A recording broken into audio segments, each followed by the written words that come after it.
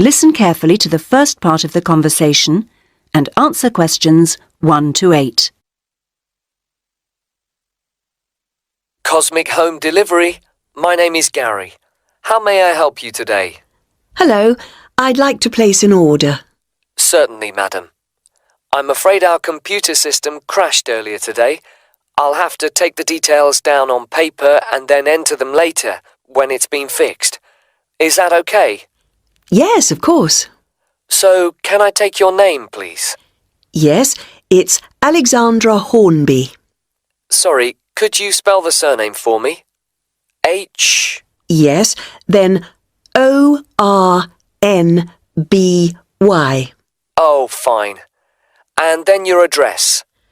That's number 28 Wood Road, which is in Ilford, I-L-F-O-R-D, and that's near Northchester. The postcode's NC1 2FR. Thank you. And do you have an account with us? I do. I've got the number here. 944-56781. Is that long enough? 8 digits? Yes, it is. Good. Now, what would you like to order today? I want a coffee table. I think there's only the one type. I expect so. Perhaps you can tell me the price. I can use that to check later, just in case there's more than one. Yes, it's £39.99p. Fine. Sorry about all these extra questions. It's no problem at all.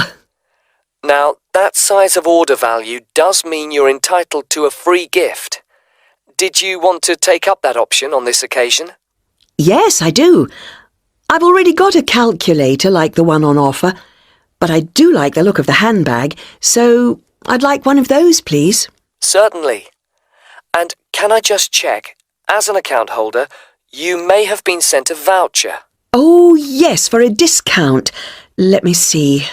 The reference number will probably start with the letter D. Ah, it does, and it continues BR29. Great. Now, how would you like your order delivered?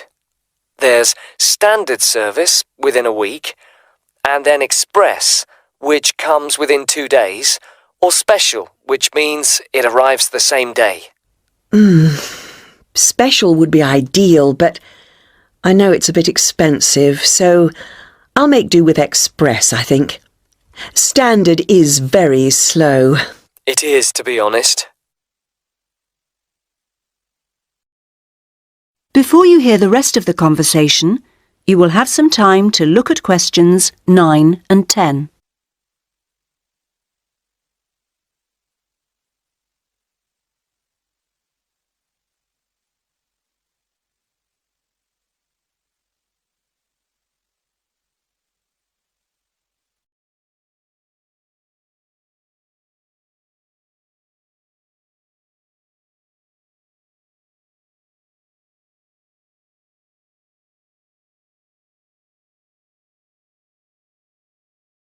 Now listen and answer questions 9 and 10.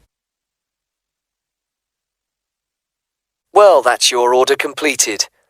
Could I just trouble you for another minute or so to ask you a couple of questions to help us improve our service as much as possible?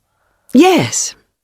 Firstly, we do like to try and keep a record of how customers have heard of Cosmic Mail Order. How did you?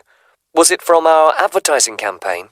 Oh, I think I would have remembered any advertisements, on TV, for example. I only read newspapers occasionally, so that would have passed me by. A friend of mine had been using you for years and encouraged me to give it a go, so I looked on the internet to find you to see what was available on the site. That's great, thank you. The second thing is, we're thinking of introducing a number of promotional offers. Oh, yes, I got a little brochure about them with my last order. I've got the list here. So can I ask which ones appeal to you? Well, let's see. There's quite a few things here that don't really apply to me, actually. For example, my mobile phone bills are so low that I hardly notice them. Likewise, they shut down the local cinema. I do enjoy a meal out, though, so that discount could be of interest. And I like to get away at weekends when I can, and some of the places you want to visit are expensive, so it'd be lovely if they became cheaper.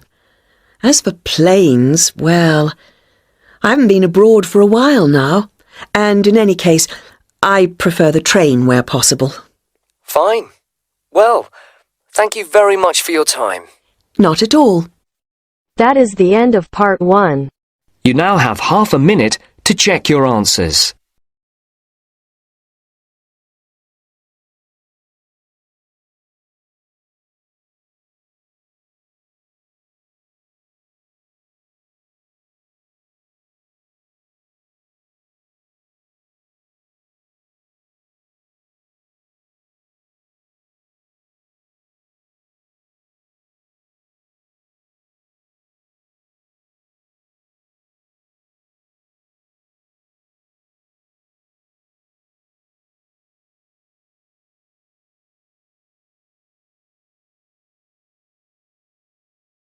Now turns to part 2. Part 2. You will hear a trainer giving a talk to a group of cyclists. First, you have some time to look at questions 11 to 15.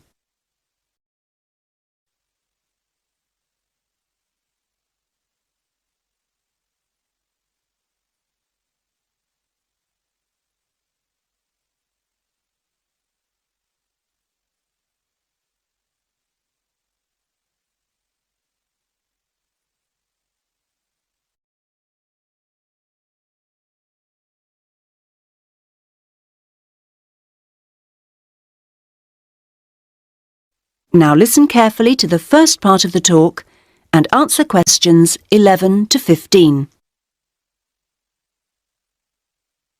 Hello everybody. It's nice to see that so many of you made it, even on an evening as rainy as tonight. OK, now, whether you're new to cycling as a sport or are returning to it after some years' absence, I'll just go over a few basic points. Now, race preparation is a complex business and there are many factors to consider.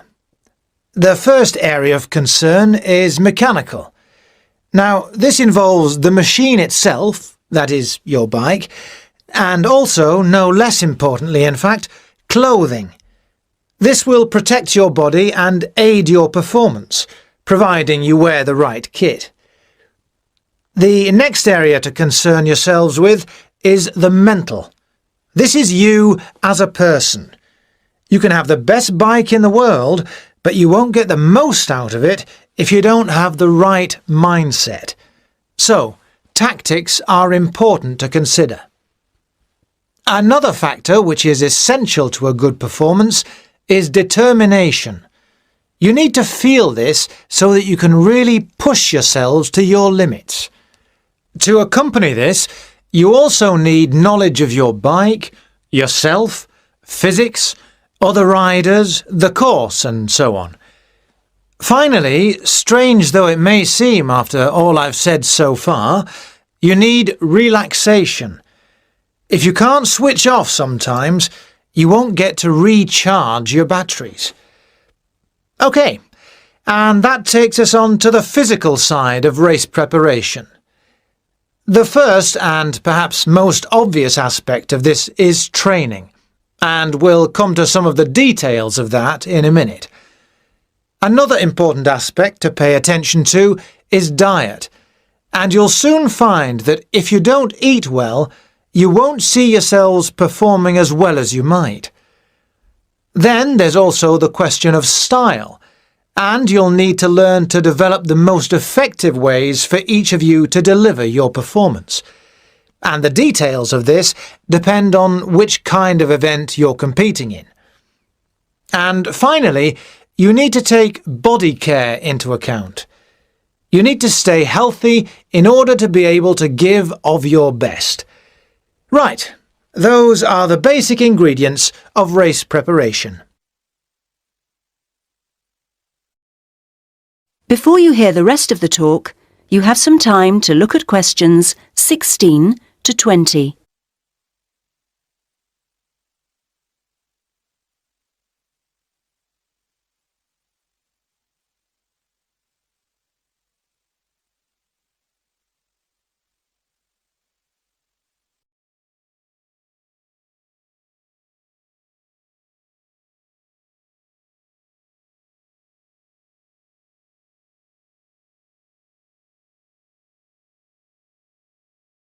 Now listen to the rest of the talk and answer questions 16 to 20. Now I'd like to turn your attention to some of the details of a good training regime and what you should and shouldn't do through the year. Let's consider various activities in turn. The first thing to think about is circuit training. This is an indoor series of gym exercises designed to work on all parts of your body. This starts as the racing season closes with the end of summer and continues right through the cold season and stops you going off the boil when you aren't competing. It's extremely beneficial, although I would stress you do need a qualified gym instructor to tell you how to do it properly. Next, weight training. This is also very good for cyclists, and it tops up the natural strength that cycling produces.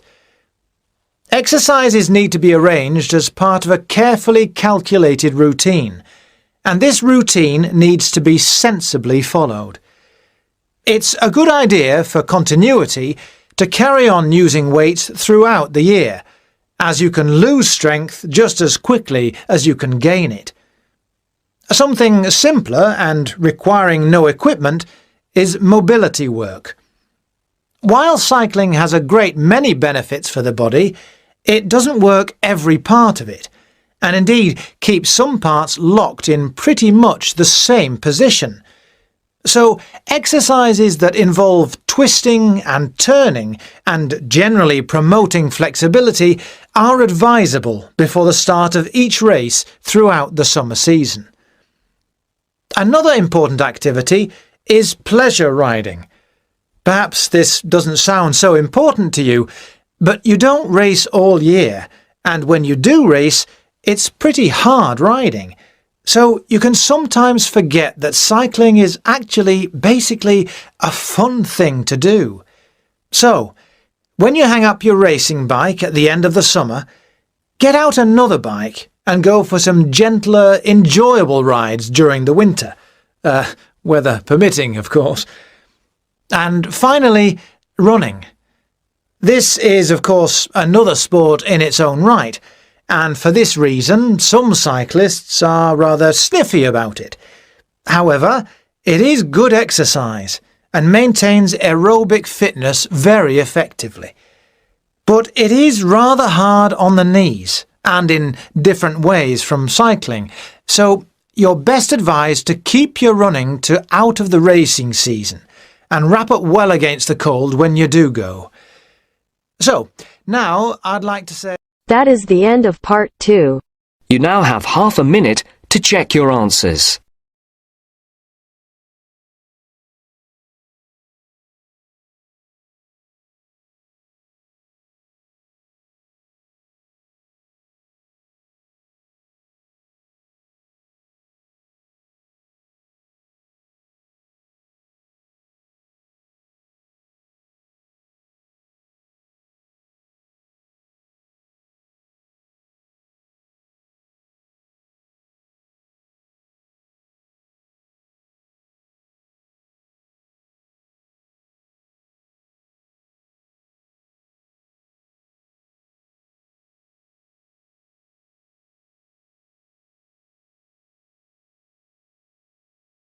Now turns to part 3.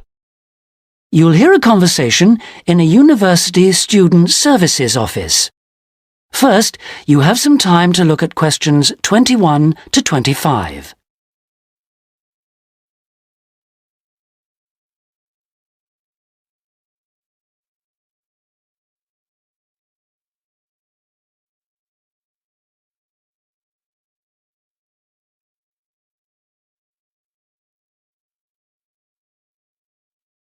Now listen carefully and answer questions 21 to 25.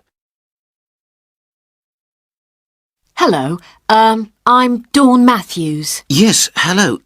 I've been referred to you because I'm inquiring about the refresher courses that you run. I'd like to find out a bit more about them. OK. Well, we run quite a few different short courses for students who are either returning to study or studying part-time. Tell me about your situation. Well, I think that I really need some help in preparing for the coming semester, especially to build up my confidence a bit and help me study effectively because, you see, I've been out in the workforce for nearly 12 years now, so it really is a long time since I was last a student. Yes, it can seem like a long time, can't it? Well, let me start by telling you what courses we have that might suit you. Are you an undergraduate or a postgraduate? Arts or sciences? Undergraduate, and I'm in the business faculty. Right then. Well, first of all, there's our intensive Study for Success seminar on the 1st and 2nd of February. It's aimed at students like you who are uncertain about what to expect at college and looks at a fairly wide range of approaches to university learning to motivate you to begin your study and build on your own learning strategies. That sounds good. What are some of the strategies that are presented? Well, we try to cover all aspects of study. Some of the strategies in writing, for example, would be improving your planning for writing, organising your thinking, and building some techniques to help you write more clearly. With reading, there'll be sessions aimed at getting into the habit of analysing material as you read it, and tips to help you record and remember what you've read. It really is very important to begin reading confidently right from the beginning. There's also advice on how to get the most from your lectures and practice in giving confident presentations, as well as how to prepare for exams. What about the motivational side of things? Well, there's a range of motivational exercises that we do to help the students feel positive and enthusiastic about their study. The process of learning and exploring a subject can lead to a whole new way of looking at the world, and the study skills and techniques that you build up can be applied in all sorts of different ways. Before you hear the rest of the conversation, you have some time to look at questions 26 to 30.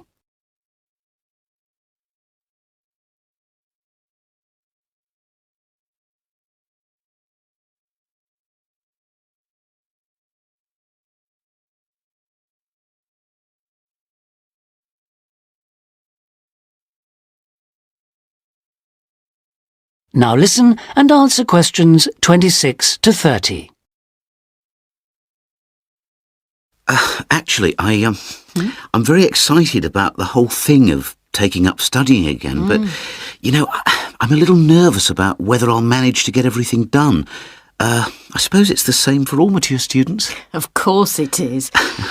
Two of the key components of the course are time management and overcoming procrastination. People discover that once they learn to plan their days, all the work can be accomplished and there'll still be time for leisure. Is there an enrolment fee? Well, just a minute, let's see. The cost is £30, which includes all course materials and morning tea. You have to arrange your own lunch. Well, that wouldn't be a problem. I already make sandwiches for my 3 kids and my wife and myself every day. I won't have to change my routine. No. Now, I need to tell you that this is a very popular course and it's essential that you book well ahead of time. In fact, the course convener tells me that there are only 5 places left. What other course might be good for me? There is one other that you could benefit from. It's simply called Learning Skills for University Study and is on 3 consecutive mornings, starting on a Monday from 9 to 12, and costs £25. This is aimed at upgrading the study skills most school leavers have and help them cope with the increased demands of university study. It focuses mainly on making students more responsible for their own success. What sort of things are covered in this course? Well, basically, it's more advanced thinking, note-taking, reading and writing strategies, but also some input about stress management. I think I'd be better off starting from the basics and looking at all the strategies, don't you? Yes, from what you've told me, I think that's more in line with your situation. All right then. Can I book a place on the Study for Success seminar course now? Yes.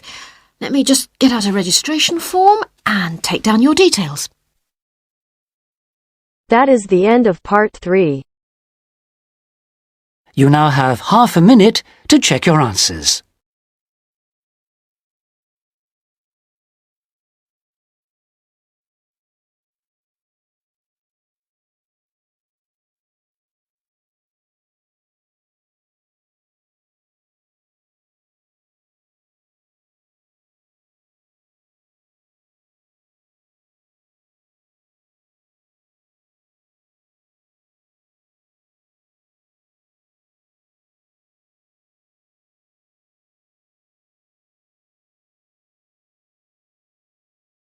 Now turns to part 4. You will hear a writer giving a talk about the different kinds of writing that the audience might want to try doing. First, you have some time to look at questions 31 to 40.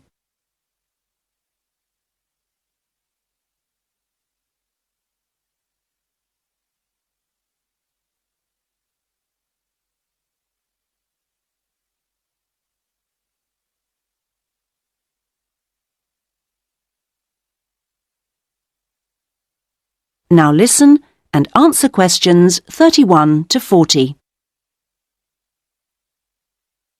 So, I'm now going to say a few words about the various different kinds of writing you may want to consider. Each has its own challenges and rewards, and it's really a question of seeing what suits you best. There are no rights and wrongs here. Let's start by considering the short story. Remember that a short story isn't just a very concise novel. There are 3 basic styles: the story itself, the slice of life section, and the surprise type, and all of them are equally valid as treatments of the genre. When producing a short story, you don't have time for a slow build-up of interest, so you need to get in there straight away and begin with a crisis. Then there's non-fiction, which can sell very well, with biographies in particular frequently hitting the bestseller lists. It's important, however, to be sure your chosen topic is genuinely interesting to people, and you know enough about it to do it justice. So when you're submitting your idea to a publisher, it's worthwhile to give them details of specialist knowledge you have. What about articles? Now, this is a very wide area, of course, going from the very learned and obscure to the populist gossip type. Articles based on giving advice are a proven area, and to give them a sufficient focus, you should produce your article for a definite market. That will help to define your purpose. Turning to something different, there's the question of poetry. It's often hard to define what poetry is exactly. Maybe it's easier to say what it isn't. But it should be subtle, so the message of a poem oughtn't to be overly obvious. True poems let the ideas sit there for the reader to ponder. What they must do is sound good, like singing. So I recommend reading what you write aloud to yourself to check the melody.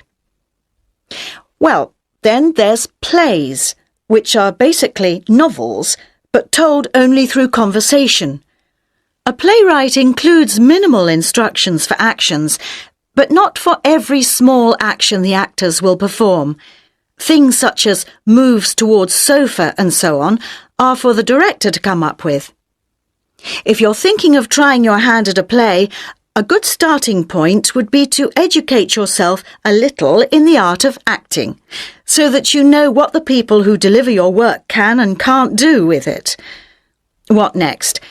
There's radio, of course. Radio uses an enormous range of material, and the BBC Writing for Radio Handbook contains information about all of this. To begin with, I suggest regional stations for sending your stuff to.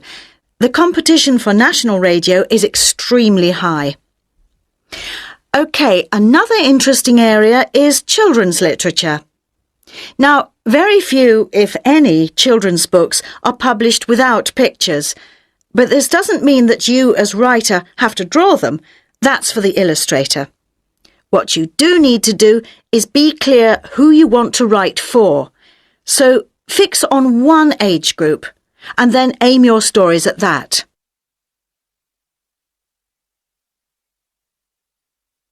Right, I've saved what I consider to be the best and the hardest till last, the novel. Very long and very difficult to do well, but certainly not impossible, as any bookshop shelves will confirm. One of the first things to decide is from what point of view you will tell your story. A popular choice is the first person, and this technique certainly gives a sense of immediacy for the reader, while many new writers find it easier to project themselves into their main character if they can write in his or her name. But that assumes, of course, that the main character is somehow like the writer, which may or may not be the case. Meanwhile, if your book is all narrated by I, you can only put into your story things which are experienced by that character, which may prove to be rather restricting. Now, there are all sorts of pitfalls for the novelist, and many of them relate to the issue of providing a balanced narrative. Every time you introduce a character into the story, you have decisions to make. Of course, you want to populate your landscape with a variety of people to maintain interest, but don't feel you have to decorate every one of them in elaborate detail. The same goes for irony. All too often, an inexperienced writer will create a strong ironic situation and then spoil it by spelling out what they mean by it, as if readers were too stupid to understand. A few contrasting details should serve to make the point clear. A big challenge for new novelists is dialogue. What is the relationship between conversation as people really speak and as it is in novels? Well, it depends. If you recorded actual conversations and copied them straight into your narrative, readers would get confused and bored, all those unfinished sentences going nowhere. On the other hand, you don't want to write out page-long utterances by characters, as these will seem unrealistic to an extreme, but you can insert minor descriptions and actions to vary the pace and add interest. Well, I hope what I'm saying is encouraging and not too off-putting about the various difficulties. Are there any questions at this point? That is the end of part 4.